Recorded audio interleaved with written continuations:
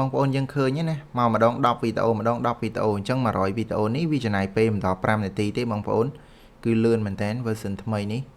จังสมัยบางคนตอนมันอัปเดตอัปเดตมากันเวอร์ชันจังกรณีบานให้สมัยมกเงี้ยแต่ง YouTube Facebook แต่ง Instagram ไอ้คือดำเนินการแต่งอ๋อยังบันแต่เรื่อยๆให้โอเคสุดท้ายต่อนี้งันนี้ได้ยังมาทำการอัปเดตแต่ต้องจะมีหนัง tool all in one ดาวน์โหลดบ่อยยังจังall in one ดาวน์โหลดงันนี้คือยังบันแต่หลังtừกันเวอร์ชัน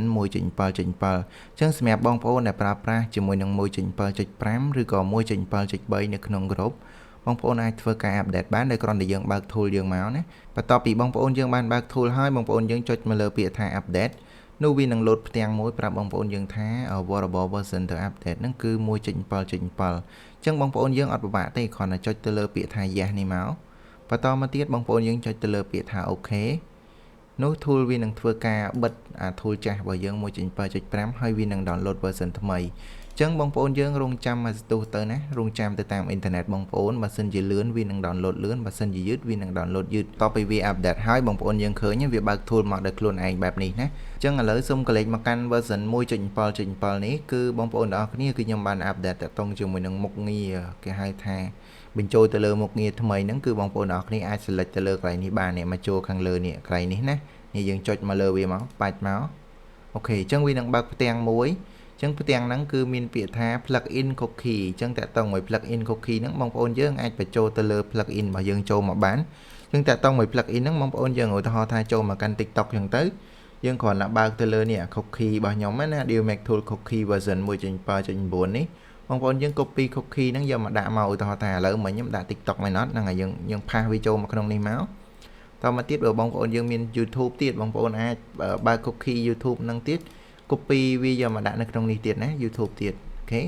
តមកទៀតបើយើងមាន Facebook យើង copy Facebook យើងមកដាក់ទៀតណាហ្នឹងហើយអញ្ចឹងឥឡូវយើងដាក់ទៀតបើមាន IG យើងដាក់ IG ចូលទៀតណាហ្នឹងហើយអូខេអញ្ចឹងបន្តមកទៀតអ្វីដែលបងប្អូនត្រូវធ្វើគ្រាន់តែរក្សាទុកមកអូខេអញ្ចឹងបងប្អូនចុច OK មកតមកយើងខ្វែងឬក៏បោះបង់ទៅវាខ្វែងអាហ្នឹងចោលហើយបងប្អូនយើងក៏លេចមកមើលពាក្យថា cookie នៅជាប់នឹង tool របស់យើងណាហើយ tool យើងអាចលុប version ចាស់ចោលក៏បាននេះ 1.7.5 យើងអាចលុបចោលក៏បានឬមួយក៏បងប្អូនខ្លះគាត់ចង់ទុកប្រើសម្រាប់គាត់ថាឆ្លាញ់ version ចាស់ជាងអញ្ចឹងគាត់អាចប្រើ version ចាស់ទៅណាហ្នឹងហើយអញ្ចឹងយើងបើក cookie មកយើងឃើញនេះ cookie របស់យើងគឺវា store ទុកនៅក្នុងនេះឲ្យយើងតែម្ដងអញ្ចឹងបងប្អូនយើងនៅពេលដែលយើងបើកមកលើក្រោយយើងមិនបាច់ពិបាកទៅយក cookie ទេគឺវាជាប់នៅក្នុង tool ស្រាប់ណាហ្នឹងហើយឥឡូវខ្ញុំសាកតេស្តជាមួយនឹងចំណងជើងទាំងស្រុងឲ្យបងប្អូនមើលតុកមួយនេះអញ្ចឹងបងប្អូនស្រួលទេគ្រាន់តែ copy user របស់គេមកហើយបន្តមកទៀតបងប្អូនចុចយកដំណើរភ្ជាប់ដើម្បីយក link ដល់ខ្លួនឯងណាយើងចុចមកយើងចុចបញ្ចូល link យើងចុច start មកបន្តមកទៀតបងប្អូនយើងចុច copy link នឹងទាំងអស់ហ្នឹងមកហើយយកមកដាក់នៅក្នុងនេះទៅដើម្បី download អញ្ចឹងខ្ញុំធ្វើលក្ខខណ្ឌបែបហ្នឹងគឺដើម្បីងាយស្រួលដល់បងប្អូនយើងចង់ remove link ណាចោលខ្លះឬក៏ចង់យកប្រហែលវីដេអូកំណត់ដោយខ្លួនឯងទៅណាអញ្ចឹងឥឡូវខ្ញុំយកទាំងអស់គឺបញ្ចូល link នឹងចូលទៅហើយខ្ញុំកំណត់ទីតាំងមួយដើម្បី download អញ្ចឹងយើងចុច start page មកអញ្ចឹងបងប្អូនយើងឃើញវាដំណើរការនេះកំពុងការទាញយកអញ្ចឹងយើងអាចមើល process នៃការទាញយករបស់វានៅក្នុងនេះបាននេះឃើញទេហ្នឹងហើយវាទាញម្ដង10វីដេអូហ្មងបងប្អូនទាំងអស់គ្នាអញ្ចឹងបងប្អូនយើងឃើញណាមកម្ដង10វីដេអូម្ដង10វីដេអូអញ្ចឹង100វីដេអូនេះវាចំណាយពេលមិនដល់5នាទីទេបងប្អូន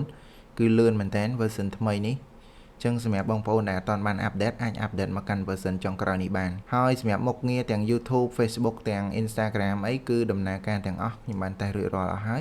ហើយបើសិនជាមានករណីណាវា update Facebook TikTok YouTube update អីទៀតខ្ញុំនឹងព្យាយាម update ឲ្យទាន់ពេលវេលាជូនបងប្អូនយើងទាំងអស់គ្នាអញ្ចឹងសង្ឃឹមថាបងប្អូនយើងនឹងធ្វើការ update version ថ្មីនេះបានទាំងអស់គ្នាអរគុណសម្រាប់ការតាមដានទស្សនាវីដេអូ